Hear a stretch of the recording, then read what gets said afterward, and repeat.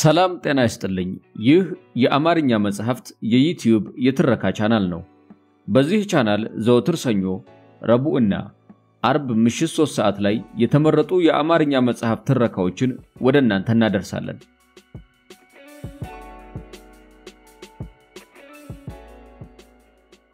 በዛሬው የትረካ ሰዓታችን ሰር አርተር ኮናን ዶይል ሸርሎክ ሆልምስ ከተሰኘው መጽሐፋቸው ውስጥ ዘሬድ ሄደር ሊግ የተሰኘውን አስደናቂ የወንጀል ታሪክ ዳኛቸው ተፈራ የቀይ ራሶች ማህበር ሲል ወደ አማርኛ የመለሰውን ወደ እናንተ እናደርሳለን ትረካው ማድመጥ ሲጀምሩ ቪዲዮ ላይክ ማድረግዎን አይርሱ ቻናላችንን ሰብስክራይብ ካላደረጉ ሰብስክራይብ በማድረግ የቻናላችን ቤተሰብ ይሁኑ እስከ ትረካው ማብቂያ ድረስ አብራችሁን ቆዩ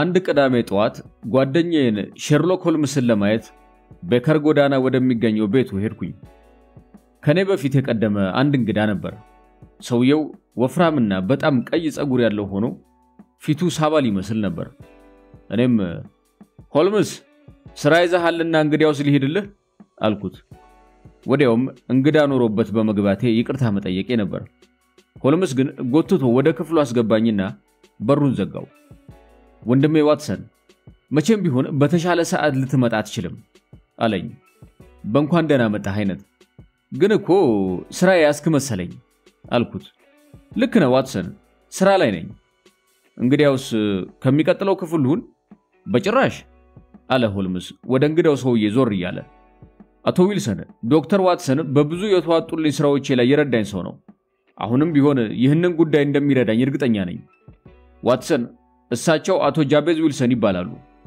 ወፍራሙ ሰውዬ ከመቀመጫው እንደመነሳት ብሎ ጎንበስ አለ ጉድጓድ ውስጥ በተቀበሩ አይኖቹ ለቅጽበት ያህል አየት አደረገኝና ሁላችንም ቁጭ አለን አቶ ዊልሰን እባክዎትን ዋትሰን ባለበት ጉዳዩን እንደገና ያጫውቱን አለ ሆልምስ ምንም ነገር ሳያስቀሩ እንዲያወሩልን ሁሉም የሚገርም ነው እንደመሰለኝ ከሆነ የርሶ ለየት ያለ ጉዳይ ነው አቶ ዊልሰን ከኪሱ የለፋች ጋዜጣ ወጣና ማስታወቂያዎች ያሉበትን ገጽ መመልከት ጀመረ ሆልምስ ሽማግሌውን ሲመለከት አየኝና ምን እንደማስብ ገመተ ወንጀል ተከታታይ ለመሆን እየሞከርክ ነው ዋትሰን አለኝ መልካም አቶ ዊልሰን ምን አይነት ህይወት እንዳሳለፉ ሁናታቸው ይገልጻል የጉልበት ስራ ይሰሩ እንደነበር አሁን በቅርቡ ደግሞ ብዙ በመጻፍ ላይ እንደነበሩና እንዲሁም ደግሞ ቻይና ቆይተው እንደነበር ያስታውቃሉ አቶ ዊልሰን ማመን አቃተው አቶ ሆልምስ እነኚህን ታዲያ መቼ አጫወትኩ አለ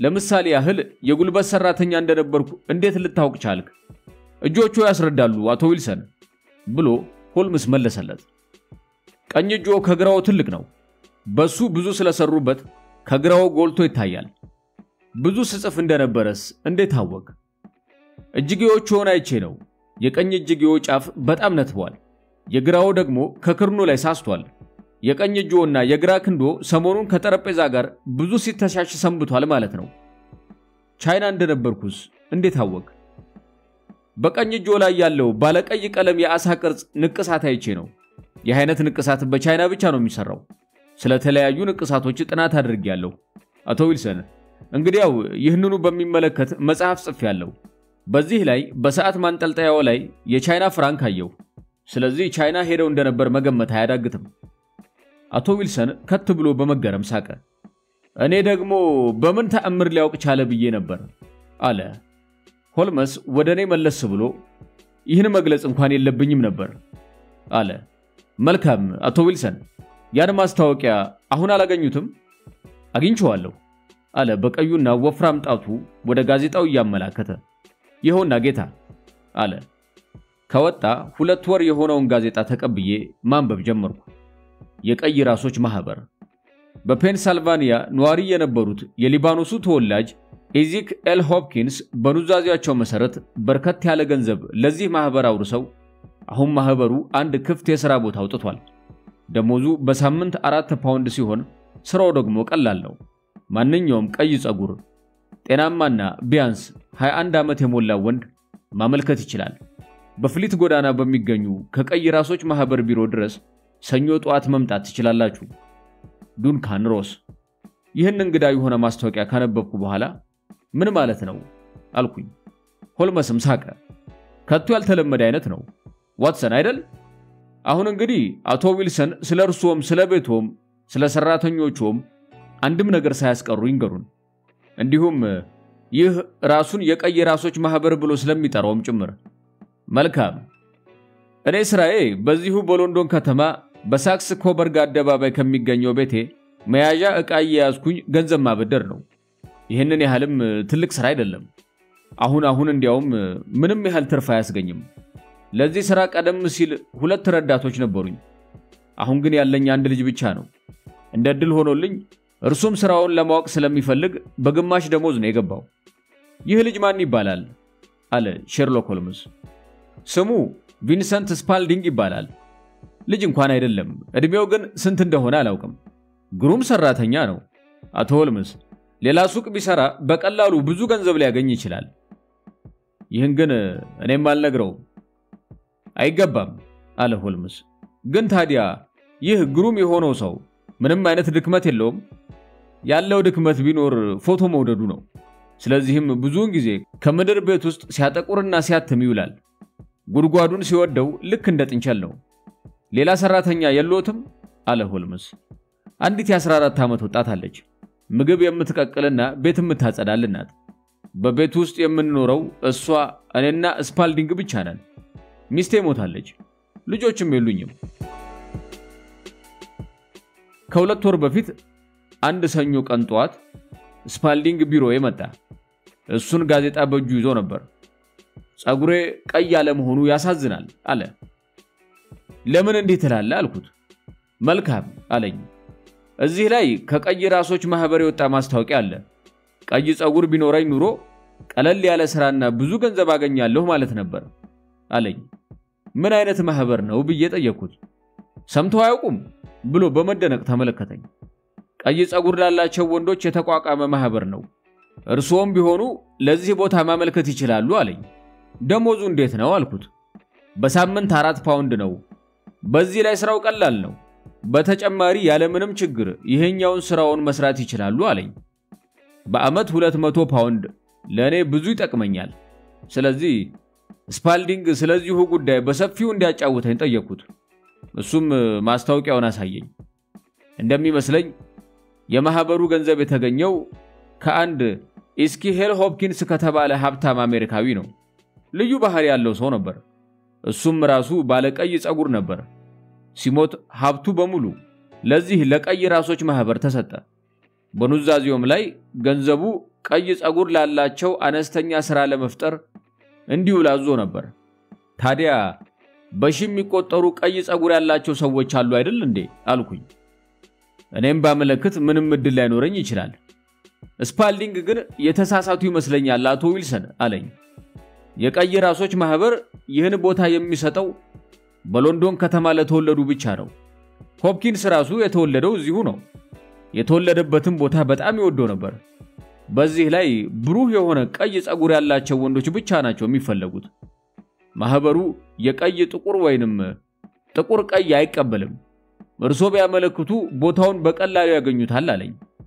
በመጨረሻም የስፓልዲንግን ምክር ተቀበልኩ። እሱም ስለ ቀይ ራሶች ማህበር በሚገባ ስለሚያውቅ ቢሮም ቢሆን ሊረዳኝ ይችላል ብዬ አሰብኩኝ። ከዚያም በሩን ዘግቶ ቶሎ እንድንሄድ አዘዝኩት። እሱም ረፍትን በማግኘቱ ፈቃደኛ ስለነበር ተያይዘን ወደ ፍሊት ጎዳና መራን። አቶ ሆልምስ ያቺ ትንሽ መንገድ ቅርጫት ሙሉ ብርቱካን መስላ ነበር። ቀይ ጸጉርና ወደ ቀይ ጸጉር የተጠጋ ጸጉር ባላቸው ሰዎች ግጥም ብላ ሞልታለች። ቢሆንም እንደኔ አይነት ብሩህ ቀይ ጸጉር ያላቸው ሰዎችም ብዛም አልነበሩም።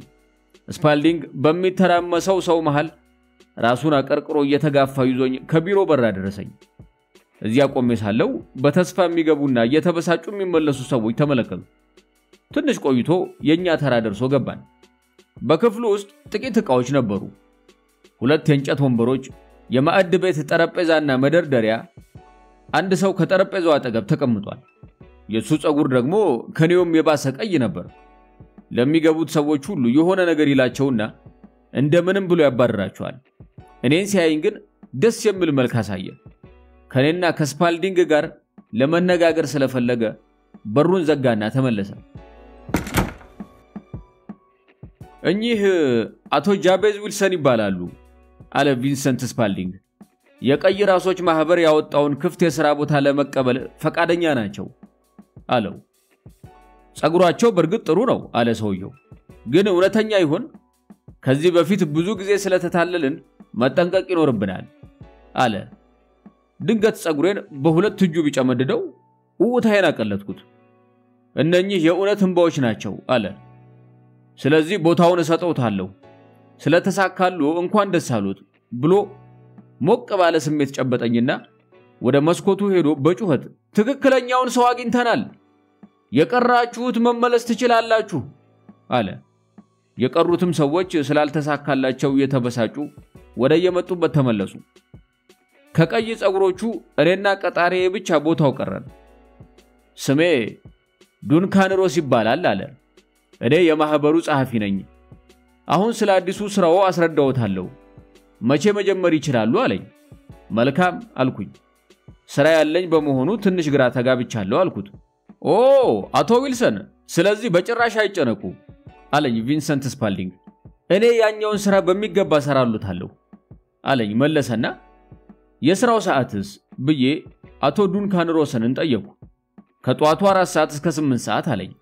ታዲያ አቶ ሆልምስ እንደሚያውቁት ሁሉ የኛ አራጣ አበዳሪዎች ስራ በአብዛኛው የሚካሄደው ማታ ማታ ነው።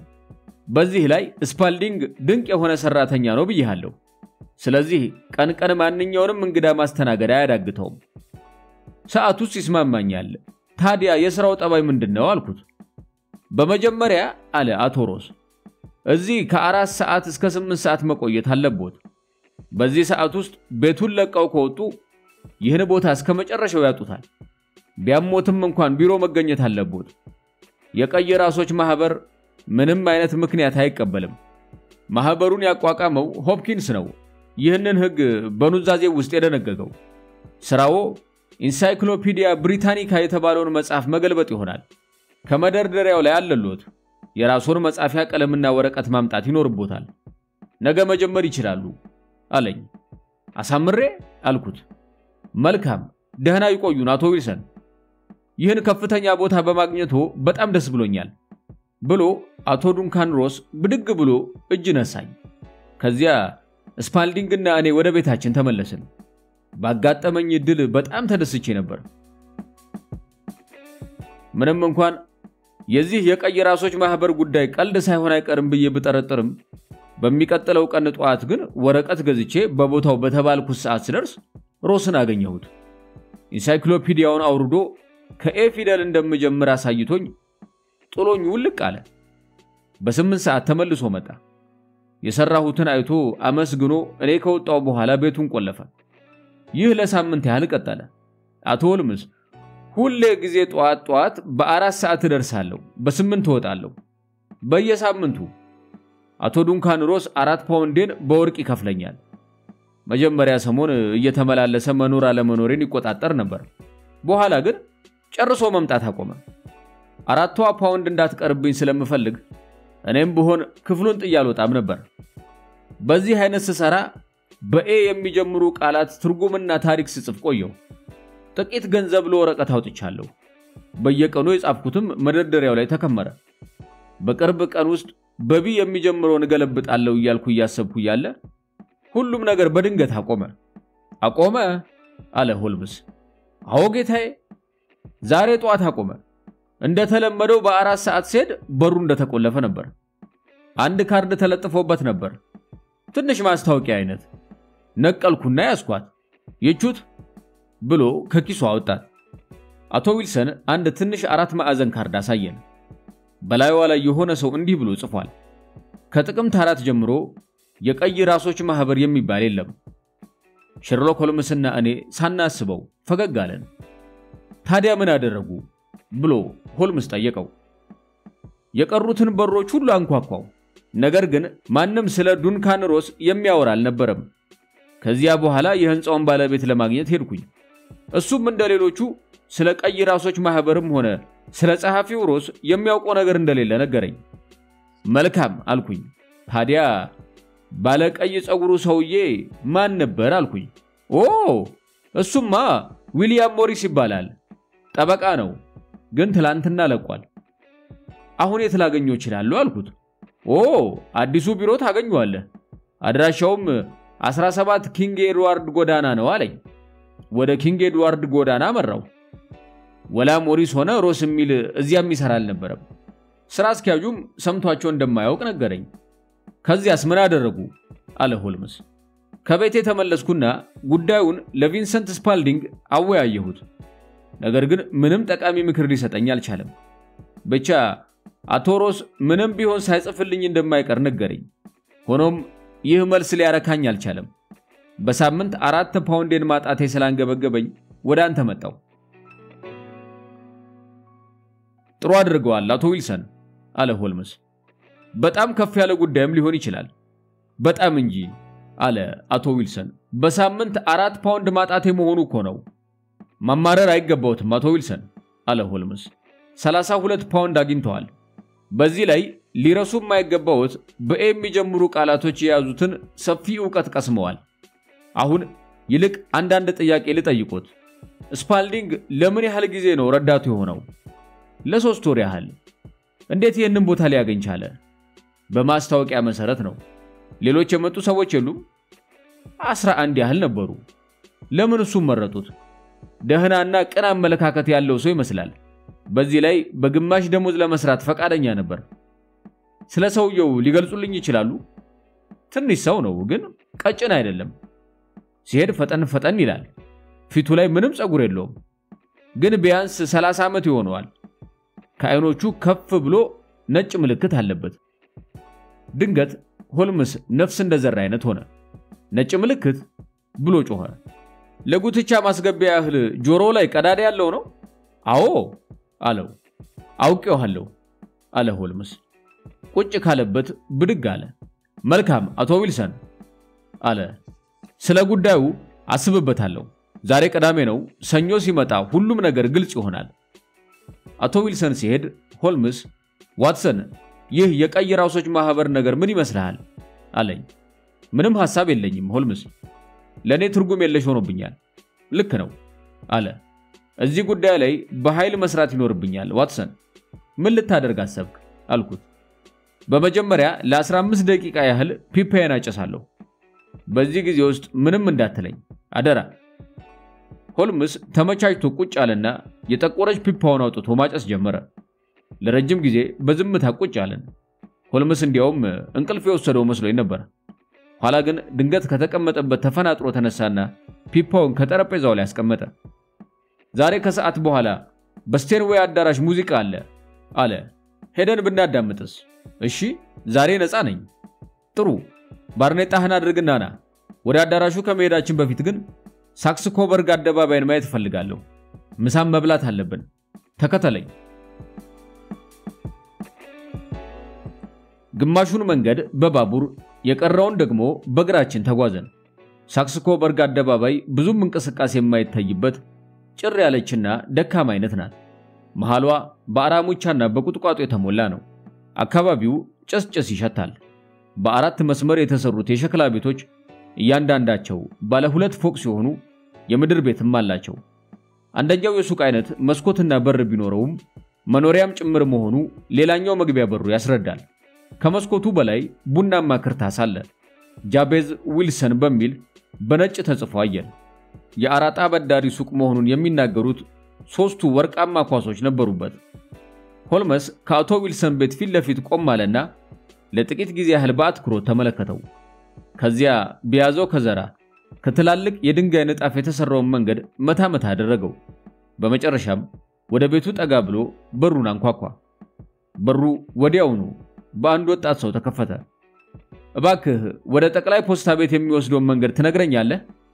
በማለት ሆልምስ ጠየቀ። ሰውየው ለደቂቃም አላመነታም።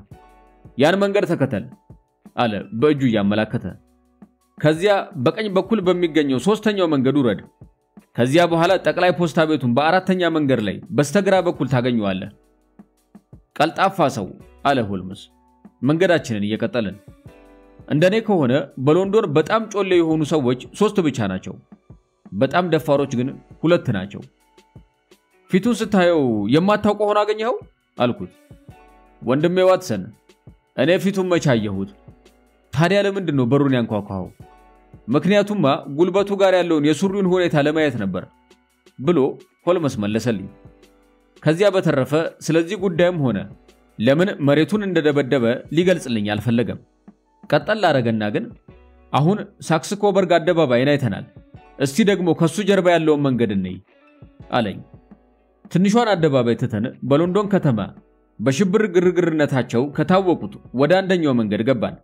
በዚህ ዋና መንገድ ላይ ያሉት አንዳንድ ቤቶችና ሱቆች ከጀርባቸው ካለው ቀዝቃዛው አደባባይ የሚለያዩት በአትክልት ቦታ ወይንም ደግሞ በአነስተኛና ገላጣ ሜዳ ነበር።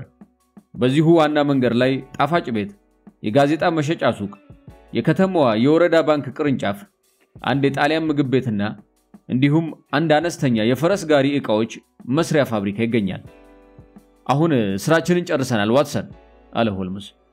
ምሳችንን በልተን ከዚያ ትንሽ ሙዚቃ። ከስቴንዌይ አዳራሽ እየወጣን እያለን ዋትሰን አሁን ወደ ቤት ወደ ሚስት መሄድ ይኖርብሃል አለኝ። አዎ መሄድ አለብኝ አልኩት። እኔም ብዙ ምሰራቸው ስራዎች አሉኝ አለ። የሳክስ ኮበርግ አደባባይ ጉዳይ ቀላል አይደለም። ከፍተኛ ወንጀል እየተወጠነ ነው። ነገር ግን የምናከሽፈው ይመስለኛል። ማታ ግን ያንተን እርዳታ ያስፈልገኛል። በስንት ሰዓት ልምጣለህ? በ4 ሰዓት። በ4 ሰዓት ቤከር ጎዳና ድረስ እመጣለሁ ብዬ ቃል ገባሁለት። ጥሩ እና ዋትሰን አደጋ ሊኖር ስለሚችል ሽጉጥህን እንድትይዝ ብሎኝ እጁን አወዛወዘና እልም ብሎ ጠፋ። ከምሽቱ 4 ሰዓት ቤከር ጎዳና ካለው ቤቱ ስደርስ በሩ ላይ 2 ሰረገላዎች ቆመው አየሁ። 2 እንግዶች ቀድመውኝ ነበር።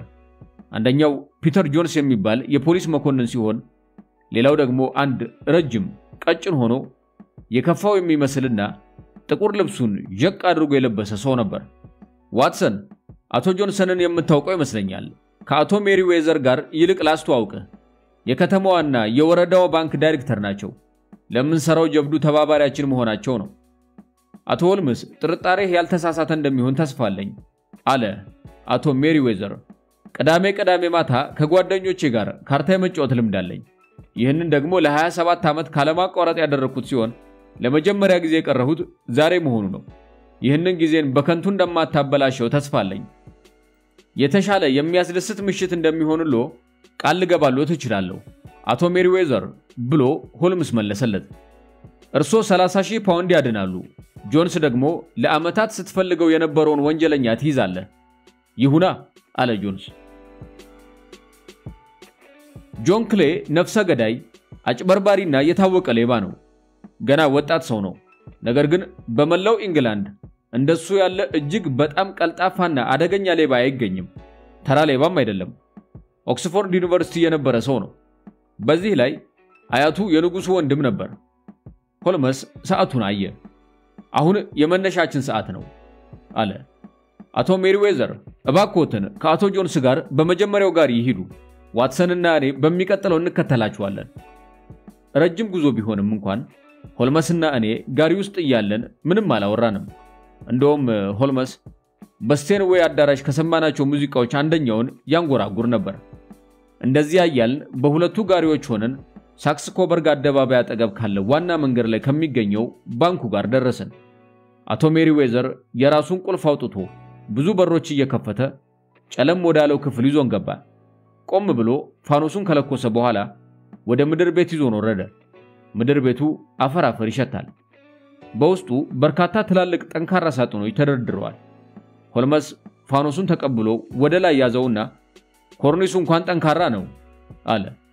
ወለሉስ ምን ይወጣለታል አለ ሜሪዌዘር በከዘራው ወጋ ያደረገው። አረ ውስጡ ባዶ ይመስላል አለ በድንጋጤ ጮክ ብሎ።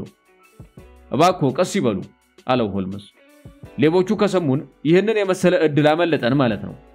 አንዱ ሳጥን ላይ ቁጭ ብለው ይመልከቱ። የምንሰራው ውስጥ ጣልቃ እንዳይገቡ አለው። አቶ ሜሪዌዘር እንደታዘዘው ቁጭ አለ። ሀፍረት የተሰማው ይመስላል። ሆልመስ ፋኖሱን ከወለሉ ላይ ያስቀመጠና ማጉያ መነጽር ከኪሱ አወጣ። ከዚያ በርከክ ካለና በትላልቁ የድንጋይ ንጣፍ ላይ ያሉትን ንቃቃቶች መመልከት ጀመረ። ከጥቂት ደቂቃዎች በኋላ ዘሎ ተነሳና እስከ እኩለ ሌሊት ምንም ነገር አይኖርም። ሌቦቹ አራጣ በዳሪው አቶ ዊልሰን እንቅልፍ እስከሚወስደው ምንም ሊያደርጉ አይችሉም። ልክ አልጋው ውስጥ ሲገባላቸው ግን በቶሎ ስራቸውን ይጀምራሉ።